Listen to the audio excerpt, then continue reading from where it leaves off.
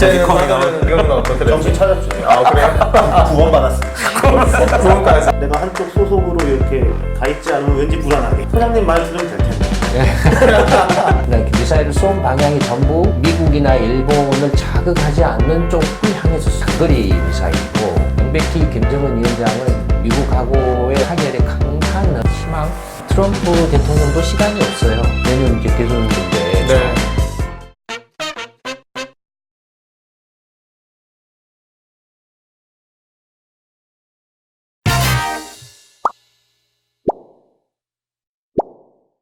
네, 김광수의 경제데이트 127회 1부를 시작합니다. 안녕하세요. 저는 서성민입니다. 네, 길경식입니다.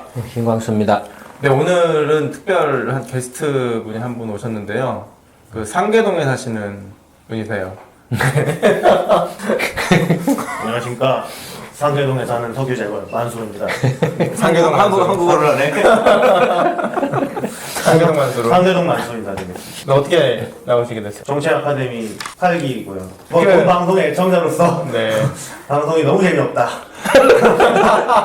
감동적이고 유익하긴 한데 너무 재미가 없다. 그래서 네. 잠깐이라도 뭔가 이 재미에 대한 의지를 보여드리기 위해서 각종 소품과 분장을 부끄럽지만 하고 왔습니다. 저 은근히 또 잘 어울리는데.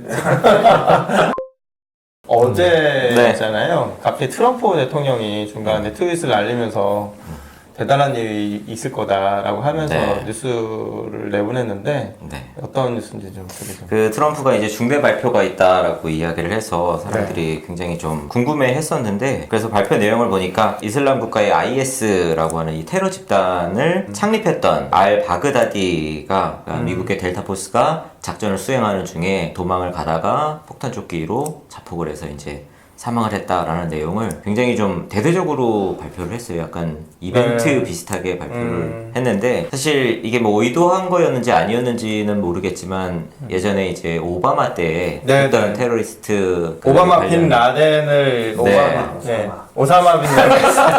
큰일 나실 그럼 안 된다. 오바마 빈 라덴. 그럼 안 된다. 오사마 빈 라덴. 그래서 그때와 좀 비교되면서 네. 오바마 때 발표하는 뭐 내용이라든지 방식이라든지 뭐 앉아있는 그 뭐 자리 배치까지도 사람들이 조금 집중을 하고 있는 것 같고 이게 트럼프 입장에서는 뭐 여러 가지 목적을 가지고 일종의 이벤트 비슷하게 좀 해서 그 부분에 대해서도 이게 좀 너무한 거 아니냐 뭐 이런 또 비난의 목소리도 좀 있는 것 같아요. 근데 진짜 사실 이제 IS는 이미 와해됐고, 그쵸. 근데 이제 지도자만 이제 남은 상황에서 지도자를 제거하겠다고 해서 이번에 어떻게 보면 공약을 지킨 거라고 또 트럼프 네. 얘기를 하더라고요. 그 아마 우리 만서르님의 고향 동네 이야기인 것 같은데 어떻게 생각해요? 저는 여기 아랍에미리트. 상계동인데. 나라는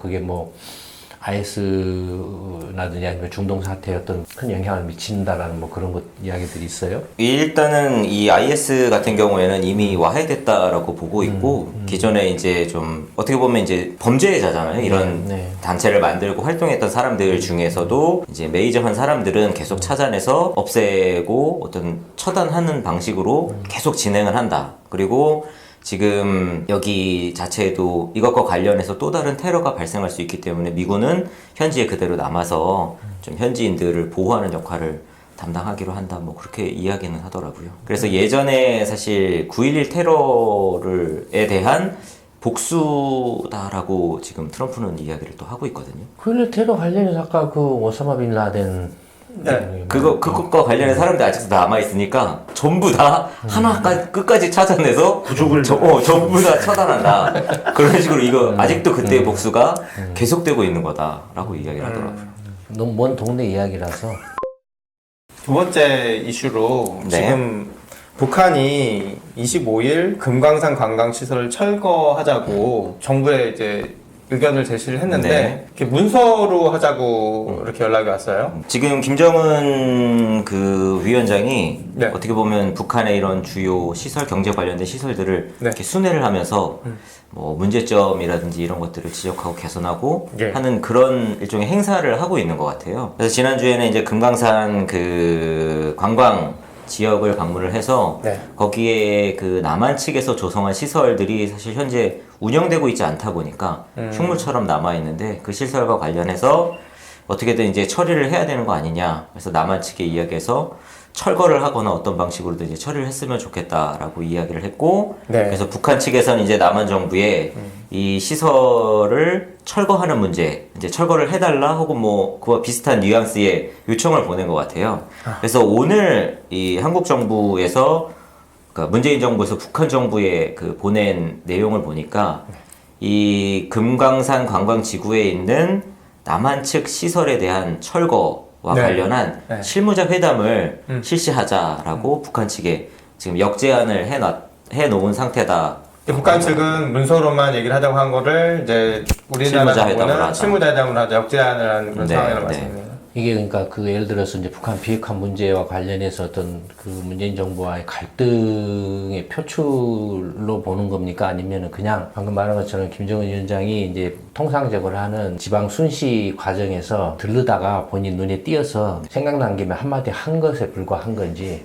예전에 하노이에서 이제 아무것도 없이 회담이 결렬이 됐었잖아요. 그리고 그 이후에 김정은이 일종의 뭐 대국민 담화 같은 형식에서 어떤 이야기를 했냐면 미국이나 혹은 외세 세력만 바라보고 있을 수는 없고 자력갱생 무언가 안에서도 이렇게 스스로 살아날 길을 찾아야 된다, 만들어야 된다라는 식의 담화를 하면서 그 이후로 이런 관련 시설들 혹은 뭐 공장이라든지 이런 것들을 방문하면서 뭔가 표현이라고 할까요? 예.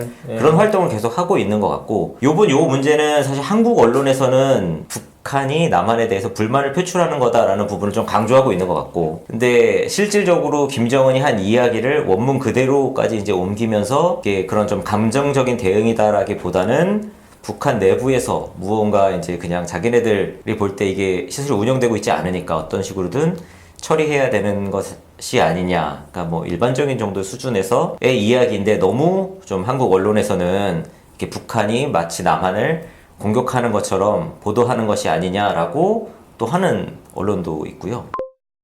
어쨌든 간에 지금 이제 그 2차 북미 정상회담 그 베트남 하노이에서 네. 결렬이 됐잖아요. 네. 결렬이 되고 난 후에 이제 김정은 위원장이 보이는 행보가 뭐 미사일이 됐든 뭐가 됐든 미사일을 계속 쐈잖아요. 네. 단거리 미사일을. 근데 그 단거리 미사일을 쏜 게 그냥 미사일을 쏜 방향이 전부 미국이나 일본을 자극하지 않는 쪽을 향해서 쐈거든요. 쏜 곳이 이제 단거리 미사일이고 그게 이제 의미하는 것은 명백히 김정은 위원장은 미국하고의 어떤 그 협상 타결에 강한 어떤 그 희망 네. 그걸 원하고 있다라는 걸 보여주고 있는 거죠. 여전히 그 북한과 미국 간에는 비핵화 협상과 관련해서 타결 가능성이 여전히 이렇게 남아 있다라고 이렇게 보여져요. 다만 그게 이제 시간적으로 뭐 올해 안에 뭐 이렇게 타결을 볼 수 있을지는 굉장히 불투명한 것처럼 보여져요. 그 사실 이번 달 초에 스웨덴에서 북한하고 미국하고 실무자 간 일종의 뭐 비밀 협상이 있었는데 이것도 결렬이 됐고 이 이후에 그 뭐 김계관 북한 외무성이나 김영철 노동당 부위원장 같은 경우에는 특히 이제 김영철 같은 경우에는 트럼프가 김정은과의 어떤 친분 관계로 이렇게 얼렁뚱땅 넘어가려고 하는데 올 연말까지는 무조건 대안을 내놔야 된다라고 공식적으로 이제 담화문 발표를 그 며칠 전에 했더라고요.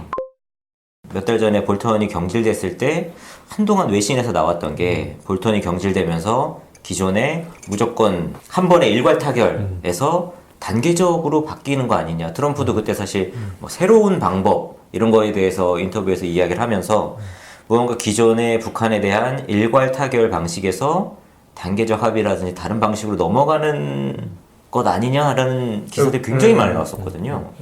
그런 이야기들도 좀 있었던 것 같아요. 네. 근데 트럼프 대통령도 시간이 없어요. 뭐 이제 내년 이제 대선인데 내년에 이렇게 대선에서 이제 저기 떨어져 버리면은 뭐 할 수 있는 게 할 수 있는 게 없고. 그러니까 아마 지금 트럼프 대통령도 어떤 면에서 보면 그냥 선거를 더 이렇게 의식한 어떤 선거용으로서 대하고 있을 가능성이 높죠. 그래서 제가 이제 처음부터 이게 시간이 끊어지면은 안 된다라고 이렇게 계속 이야기를 했고, 그래서 김정은 위원장이 과감하게 비핵화를 먼저 이렇게 주도적으로 이렇게 해버리면 그 다음에 실질적으로 이제 그 다음 단계에서는 김정은 위원장이 주도권을 잡을 수 있다. 예, 북한의 경제 협력과 관련해서 그렇게 이야기를 이렇게 일찍이 계속 했었는데 유튜브를 안 보나 보죠. 김정은 위원장도 트럼프 정부와 대통령하고 이렇게 협상을 하면서 문재인 정권한테도 이렇게 우리끼리라도 이렇게 좀 이렇게 협력해서 하자. 그리고 네가 가서 이렇게 설득 좀 해라. 이렇게 문재인 대통령이나 이 사람들이 또 막 북한에 가가지고 공수표 네. 엄청 예, 그 공수표를 어마어마하게 날렸을 거라 이거예요. USB 내가- 엄청 담겨 있다 막 이거 예, 전해주고. 내가 가서 트럼프한테 가서 설득을 시킬게. 나만 믿어. 네. 뭐 이런 식으로 내가 뭐 이렇게 중간 다리를 놓을게. 이런 식으로 공수표를 팍 날려서 이제 김정은 위원장은 그걸 믿었죠. 믿고 네. 있었는데 네. 그래서 이제 우리끼리 식으로 하려다가 네. 미국이 그냥 문재인 정권의 눈알을 부릅뜨니까 꼼짝을 못하고 아이고. 그러니까 이제 그 말 튀어나오는 게 뭐 우리가 뭐 이렇게 뭐 이렇게 뭐 미국한테 언제까지 이렇게 휘둘려야 되느냐 뭐 이런 황당한 이야기들이 북한 측에서도 막 나왔죠. 이 문재인 정권 내에서도 이렇게 문재인 정권에서도 나오고. 네. 그러니까 북미 협상에 있어서 문재인 정부가 헛발질을 굉장히 해버린 거죠. 네. 사실 북한 문제 관련해서는 어떻게 하는 게 좋겠다 굉장히 세세하게 말씀하셨는데도 그거와 거의 정반대로 가면서 완전히 일이 지금 망가져 버리거든요. 우리 만수리님은 어떻게 생각하세요? 일단 상계동에 석유가 나온다 해결되는 일인데 석유가 안 나오기 때문에 정치인들이 잘해야 되지 않겠습니까? 저도 뭐 과거에 못지않은 빠돌이로서 그때는 빠졌는데 지금은 어떻게 됐죠? 정신 차렸죠. 아 그래요? 구원 받았습니다. 구원까지. 공무원 뭐 이런 쪽도 그렇고 정치인도 그렇지만 현재 스코어 보면은 회원님 말씀하신 언론 이쪽이 제일 문제인 것 같아요. 언론. 네. 국민들이 정신을 못 차리게 근데 해버리니까. 이게 있는 것 같아요. 언론도 언론인데 이제 제대로 검증해서 내보내지 못하는 것도 문제인데 아니 정책 당국의 당사자들이 직접 가짜 뉴스를 내보내면은 그건 진짜 대책이 없겠더라고요. 그러니까 언론이 그 가짜 뉴스를 네. 받아 써주니까 나눠져가지고 여기도 받아 써지고 여기도 받아 써지고. 근데 사람들이 진실을 정확히 알 수 없게 내가 한쪽 소속으로 이렇게 가 있지 않으면 왠지 불안하게. 소장님 말 들으면 될 텐데. 제가 소장님 말씀 들으면 처음에 바로 믿지는 않는데 최근에 그 7월 달부터 이어진 그 일본 그 사태 쭉 이렇게 오면서 하는 거 보니까 정말 맞는 것 같습니다. 처음에는 사실 좀 너무 가시는 거 아닌가 이런 싶죠. 처음에는 잠깐 좀 보시고 예전에 그러니까 시간이 지나면 근데 근데 거의 진짜 소장님 말씀대로 거의 진행이 됐어요. 김광수의 경기데이트 127회 1부는 여기서 마치도록 하고요. 2부에서 다시 뵙도록 하겠습니다. 감사합니다. 감사합니다.